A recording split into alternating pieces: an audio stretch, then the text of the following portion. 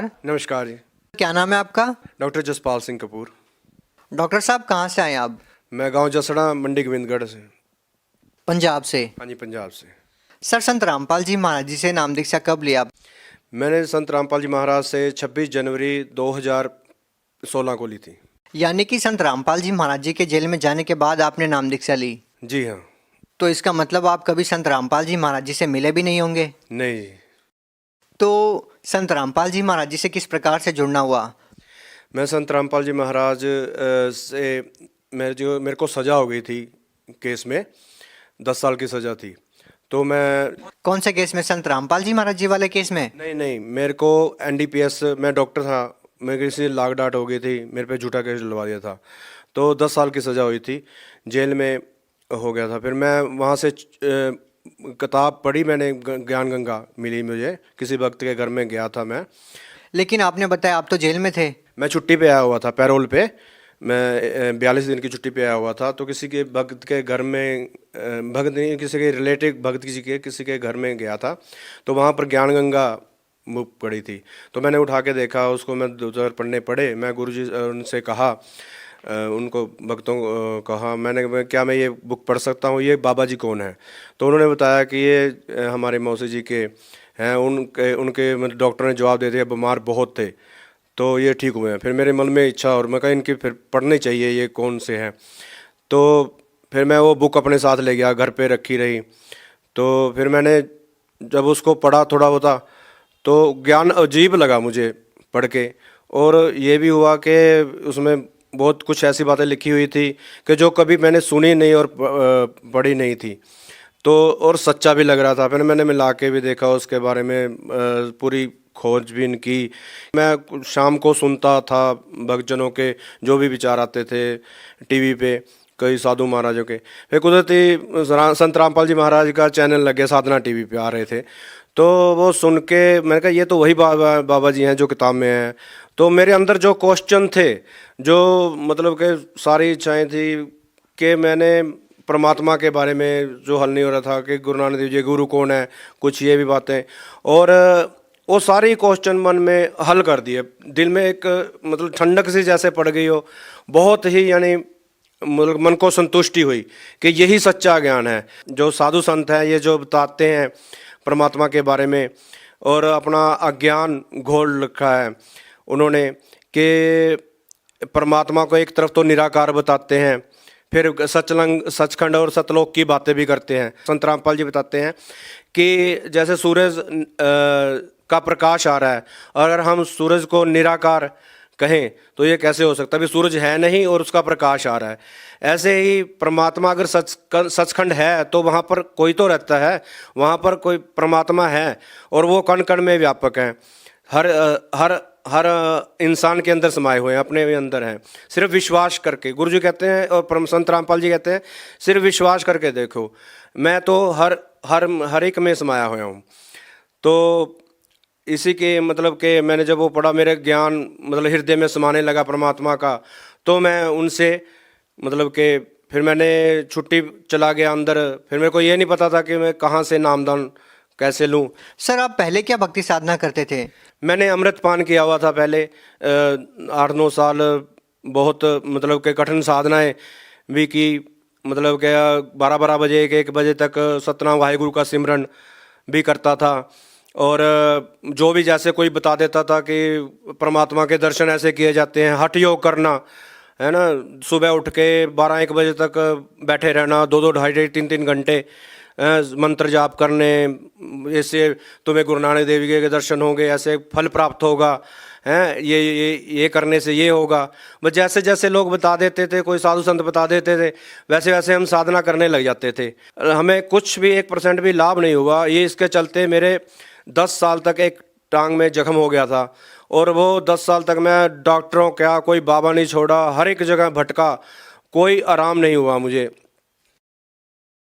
Sir, आपने बताया कि आप पेशे से एक डॉक्टर हैं और आप अपनी शारीरिक बीमारी तो दूर कर सकते थे, लेकिन आपने बताया कि आप जेल में थे और आपको एक पुस्तक मिली जब आप छुट्टी पे आए हुए थे। तो कहीं ना कहीं उस बुक को पढ़ कर के आपको उम्मीद की किरण जगी और आपको लगा कि आपको कुछ राहत मिल सकती है। तो किस प्रकार की आप राहत चाहते थे, किस प्रकार की उमंग आपके मन में जगी? क्या पुस्तक को पढ़कर के आप सोच रहे थे उस टाइम पे? मैंने पुस्तक अपना संत रामपाल जी के जो विचार थे, मुझे वो इतने अच्छे लगे कि मतलब एक तो जैसे वो बताते हैं समाज सुधार का, जैसे उन्होंने दहेज प्रथा के बारे में और नशा, मैं नशा भी बहुत करने लग गया था, दारू शराब इतनी पी जाता था कि बहुत ज़्यादा, और नशे और भी कई नशे करने लग गया था। तो जो ये संत रामपाल जी का सबसे पहले यही है कि नशा छुड़वाने का। तो और जो बाबे और संत बताते थे खाते पीते सभी हैं, फिर भक्ति भी करी जाते थे, उनसे फ़ायदा तो कुछ होता नहीं था। पर इसमें सबसे पहली कंडीशन ये है कि आप नशा त्यागोगे, फिर ही भक्ति मार्ग पर आप लग सकते हो। आपने पुस्तक को पढ़ा और किस प्रकार से आप संत रामपाल जी महाराज जी से मिले, उनसे नाम दीक्षा ली?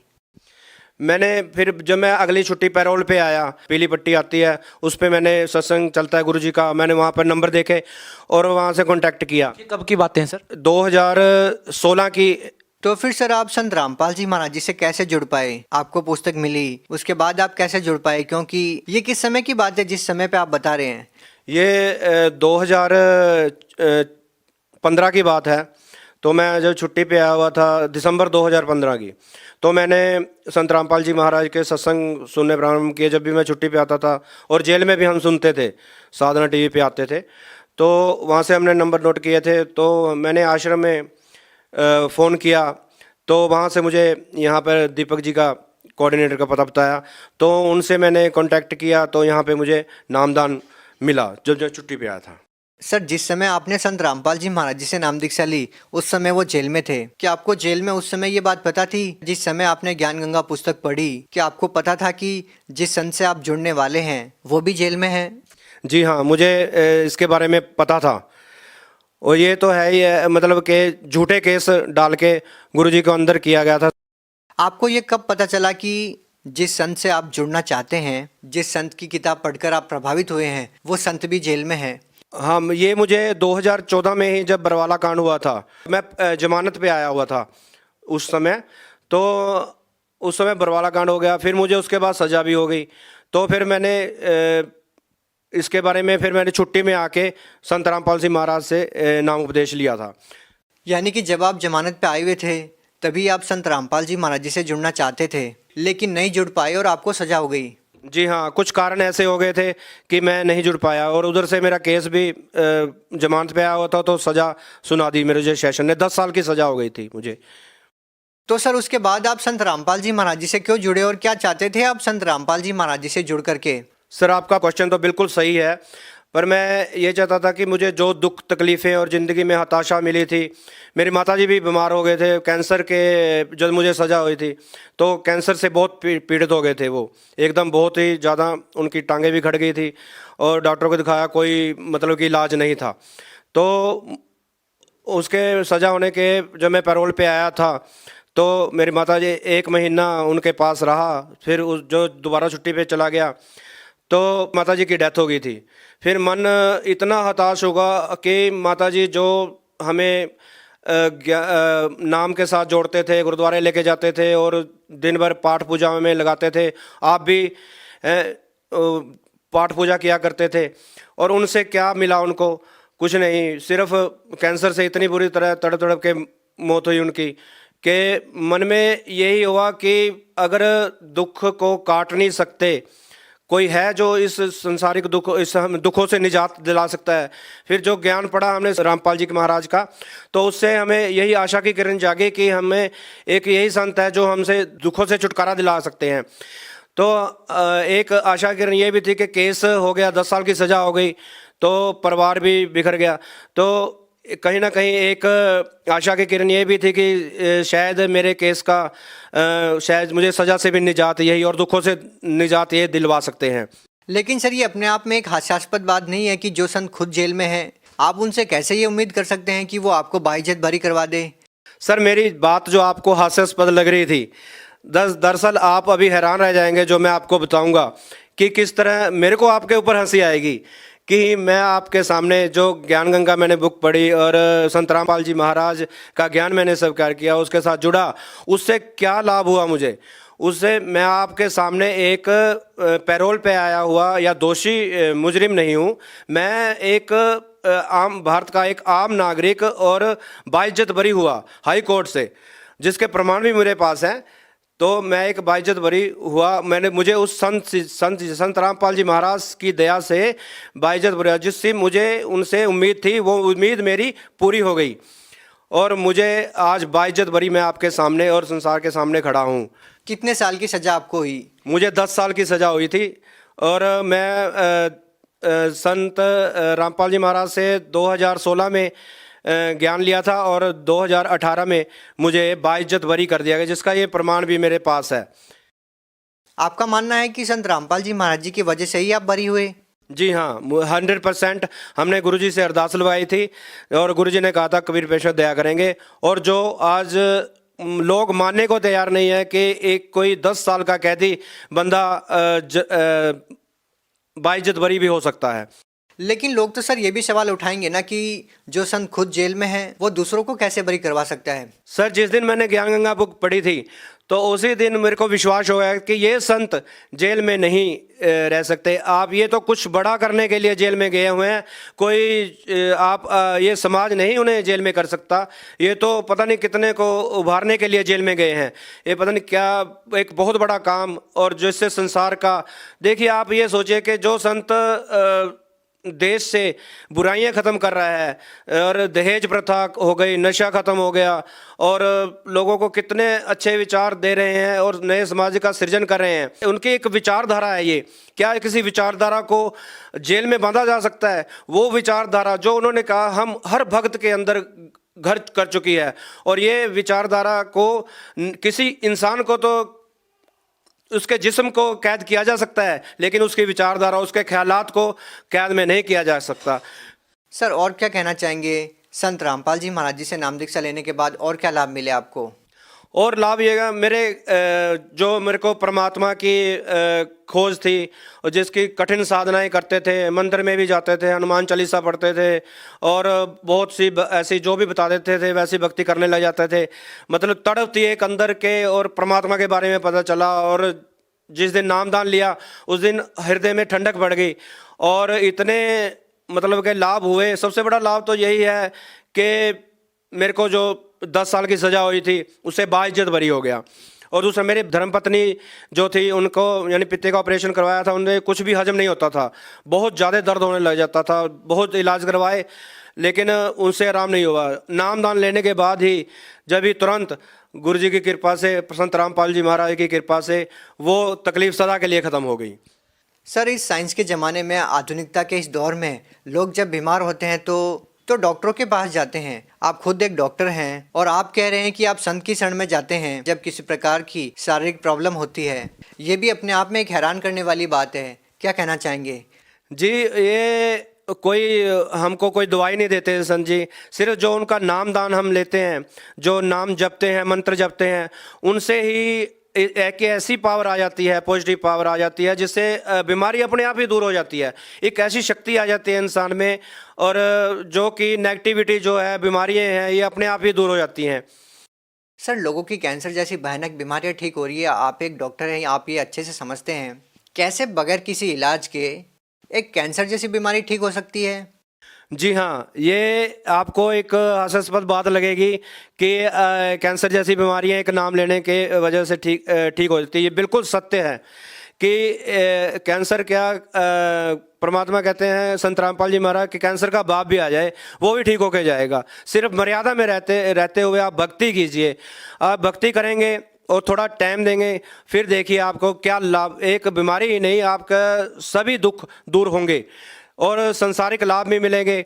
सर कहीं आप संत रामपाल जी महाराज से इसलिए तो प्रभावित नहीं है कि आप जेल से छूट गए हैं या आपकी बीमारी ठीक हो गई है? सर अगर हम सॉलिड चीज़ की बात करें कि वास्तव में ही लोग इस बात पे विश्वास करें, क्योंकि लोग तो ये भी सोच सकते हैं ना कि आपके वकील ने अच्छी पैरवी की हो, या हो सकता है कि बीमारी ज़्यादा बड़ी ना हो इसलिए आपको आराम मिल गया हो, इसलिए आपको राहत मिल गई हो जेल से। एक वाजिब चीज़ क्या है जिससे लोग वास्तव में ही समझे कि जो संत रामपाल जी महाराज हैं वो वास्तव में ही पूर्ण संत है? जैसे कि आपने कहा ये सॉलिड चीज़ क्या है, ये सॉलिड चीज़ तो परमात्मा का ज्ञान है। और उससे पता लगता है कि आपको क्या क्या लाभ हो गए और क्या ज्ञान है, जिससे सच और झूठ का, जैसे आप सच्चाई का इसलिए ऐसे पता लगता है, जैसे 500 का नोट सरकार बताती है कि एक 500 के नोट में क्या अंतर है, असली कौन है नकली कौन है। इसी तरह संत रामपाल जी महाराज ने सभी वेद शास्त्र खोल के बता दिए। सर संत रामपाल जी महाराज ने मेरे को जब बरी कराया तो मैं उनको केवल एक महान संत ही जान पाया था, और जब मैंने बाहर आके मैंने और उनके बारे में जाना और ज्ञान ग्रहण किया तो मुझे वो एक महान संत ही नहीं बल्कि भगवान नजर आए, जो कुछ भी कर सकते हैं, कोई भी बीमारी और कुछ भी केस तो क्या, वो कुछ भी कर सकते हैं संसार में। ये बस मैं ये बता नहीं सकता। सर, आपने संत रामपाल जी महाराज जी के जेल में होने के बावजूद उनसे नाम दीक्षा ली है, तो सर आप भगत समाज को क्या संदेश देना चाहेंगे? जी, मैं भगत समाज से संदेश तो नहीं, मैं हाथ जोड़ के प्रार्थना करना चाहूँगा भगत समाज से कि जो भी मेरे बहन भाई जो भी इधर बाबाओं से जो जुड़े हुए हैं, जो भी भक्ति शास्त्र के विरुद्ध भक्ति कर रहे हैं, जो मनमाना आचरण कर रहे हैं, कृपया करके उनको संत रामपाल जी महाराज का ज्ञान एक बार पढ़िए तो सही, और उनको विचार करके देखिए वो कह क्या रहे हैं और वो क्या कहना चाह रहे हैं। हम उनको सिर्फ मीडिया का ये बातें जानकर सुनकर उनको एक आम पर्सन और ये क्या है ये जान लेते हैं। प्लीज़ हम उनका जब ज्ञान पढ़ेंगे और जैसे मैंने पढ़ा और कहते हैं और उस पर विश्वास करेंगे तो विश्वास तो अपने आप ही हो जाएगा। जब ज्ञान सच्चा ज्ञान है, सच्चे ज्ञान पे तो विश्वास होना ही है। तो आपको उनके बारे में पता लग जाएगा जो झूठे बाबा ये आज तक हमें कथा कहानियाँ सुना सुना के हमें भेड़ काल के जाल में फंसा रहे थे। तो उनसे हमें उससे निकलने का रास्ता पता लगेगा और सच्ची भक्ति और सच्चे प्रमाण हमको मिलेंगे तो हमारे दुखों से भी हमें निजात मिलेगी और बहुत अनेकों फायदे होंगे जो भक्ति करने से ही पता लग सकते हैं। और छोटे मोटे फायदे तो आपको संत रामपाल जी महाराज कहते हैं कि ये तो रूंगे में मिलेंगे। संसारिक सुख तो मेन है 84 से मुक्ति, जो आप 84 के जामे से हम कथा गाने से सुनते आ रहे थे आज तक कि हमें 84 से मुक्ति ऐसे मिलेगी, भक्ति करने से मिलेगी। हम भक्ति किए जा रहे थे पर हमें ये नहीं पता कि सच्ची भक्ति कौन सी है और क्या करने से। बस साधना किए जा रहे थे, किया जाए, रिपीटेशन करते थे, पाठ कर लिया, सुबह कर लिया, शाम को कर लिया, जाए मत्था टेक लिया जहाँ भी कहते थे शायद वहाँ से हमें शांति मिल जाए, पर होता कुछ नहीं था और बल्कि हमारे दुख तकलीफ़ें और बढ़ती जा रही थी। और अब पता चलता है कि जैसे आपका एक गुरुजी का ऐसा ज्ञान है संत रामपाल जी महाराज का, जैसे मक्खन हम दूध को रिड़कते हैं तो मक्खन ही निकलता है, पानी रिड़कने से मक्खन नहीं निकलेगा। तो इस तरह जैसे वो मक्खन निकलता है इसी तरह इस ज्ञान का पता लगता है कि भी हाँ भी ये वाकई ये ज्ञान है। सर, आप नशे के संबंधित केस में ही जेल में गए और ये भी कहा जाता है कि पंजाब में नशा भारी मात्रा में प्रयोग किया जाता है। तो सर हम आपसे ये भी जानना चाहेंगे कि जैसे कि आपने बताया कि आप जेल में बहुत ज़्यादा नशा करने लग गए थे, तो इस बारे में आप क्या कहना चाहेंगे? क्या अभी भी आप नशा करते हैं? जी नहीं, अब संत रामपाल जी महाराज का ज्ञान पढ़ने के बाद तो मैं तो क्या कोई भी इंसान उस नशे को हाथ तक नहीं लगाएगा। तो ये ज्ञान ही ऐसा है कि अपने दिल ही नहीं करता कि नशा करने को, और कोई बातें भी करता है या कोई बीड़ी सिगरेट भी पीता है सामने कोई शराब तो उल्टी वॉमिटिंग जैसा होने लग जाता है। मतलब कि इतनी नफरत हो जाती है नशे से कि मैं जब जेल में था तो नशे जेल में ही जाके लगते हैं। सरकार हमारी नशा छिड़ाओ कहती है जबकि जेलों में ही आम नशा बिक रहा है और ये वहीं से स्टार्ट होता है। जो बाहर नहीं नशा मिलता वो जेलों से ही मिलता है। मैं सरकार को कहना चाहूँगा कि आप प्लीज़ इस पर ध्यान दीजिए और संत रामपाल जी महाराज का ज्ञान पढ़िए, बताइए, तभी आप इस नशे जैसी इस कृत्यों से और जो भी समाज में ये कृतियाँ फैली हुई हैं दहेज प्रथा वगैरह, इनसे हम छुटकारा पा सकते हैं। सर, जिस संत को आपने देखा नहीं है उस संत के बारे में आप क्या प्रार्थना करना चाहेंगे, क्या कहना चाहेंगे? सर मैं यही सरकार से यही मैं अपना अरदास करूंगा, ये हाथ जोड़ के प्रार्थना करूंगा। संत रामपाल जी महाराज तो ये कहते हैं मेरे केसों की सीबीआई जांच वो कराता है जो सच्चा हो और झूठे लोग सीबीआई जांच नहीं करते। आप अगर उनको सीबीआई जांच करवाएंगे तो देखेंगे कि वो संत निर्दोष हैं। फिर जेलों में क्यों रखा गया? जिनकी पूजा करनी चाहिए, आंखों में बिठा के जिनको पूजना चाहिए, ऐसे संत को जिनसे हमें पल पल लाभ प्राप्त हो रहे हैं और ऐसा ज्ञान मिल रहा है, ऐसी बुराइयों को छुड़वा रहे हैं, हम उनको कहाँ, इन पापियों ने कहाँ जेल में रखा हुआ है? ये तो बस भगवान ही इनका भला करें। बस ये मेरी अरदास है उससे, सरकार से, कि आप उनके केसों के बारे में जानिए, उनसे उनकी सीबीआई जांच करवाइए। अगर वो दोषी पाए जाते हैं तो फिर सजा दीजिए ना। आप ऐसे बेगुनाह संत को एक जेल में बिठाकर, जिनकी विचारधारा पल हर व्यक्ति में समा चुकी है और वो एक समाज का, अच्छे समाज का सृजन करना चाहते हैं, कृपया करके उसके बारे में सोचिए। और यही प्रार्थना है कि उनको जेल से बाहर निकालिए। हम भक्त बहुत तड़प रहे हैं, हमारी इस तड़प को समझिए। सर, जब मैं जेल में था तो वहाँ पे मेरी ड्यूटी लाइब्रेरी में लगी थी। तो लाइब्रेरी में मैंने वहाँ पर संत रामपाल जी महाराज के डिप्टी साहब से आज्ञा लेके मैंने वहाँ पे किताबें रखी, ज्ञान गंगा, भक्ति से भगवान तक, गीता तेरा ज्ञान अमृत, और भी कई किताबें थी। तो वो जो लोग आते थे कि कोई अच्छी सी किताब दीजिए हमें, तो मैं उन्हें कहता था कि अगर आप परमात्मा के बारे में जानना चाहते हैं और नशे से छुटकारा पाना चाहते हैं तो हमें कहते थे कि हाँ, ऐसी ही किताब हमें दीजिए जिससे हमें। फिर मैं उन्हें ज्ञान गंगा देता था या भक्ति से भगवान तक देता था। वो पढ़ के हर कोई इंस्पायर हुआ, उससे हर कोई प्रभावित हुआ कि हमें और भी ज्ञान, हमें और किताबें दीजिए। और इसी तरह परमात्मा ने वहाँ पर मुझे पुस्तकों की सेवा भी ली और लोगों को बहुत अच्छा लगा ज्ञान, और बहुत ही लोगों को लाभ भी हुए। कोई किताब लेके जाता था, वो कहता था कि मुझे किताब रखने से ही मात्र मुझे लाभ हुए हैं, मेरे केस का हल हो गया, जो मुझे आशा नज़र नहीं आती थी। इसलिए मैं यही जन से यही कहना चाहूँगा कि आप उनके किताबों को, उनकी धार्मिक किताबों को, पुस्तकों को पढ़ के देखिए और मिलान करके देखिए, फिर आपको उसके बारे में पता लगेगा कि सच क्या है और झूठ क्या है। जी धन्यवाद। सच है।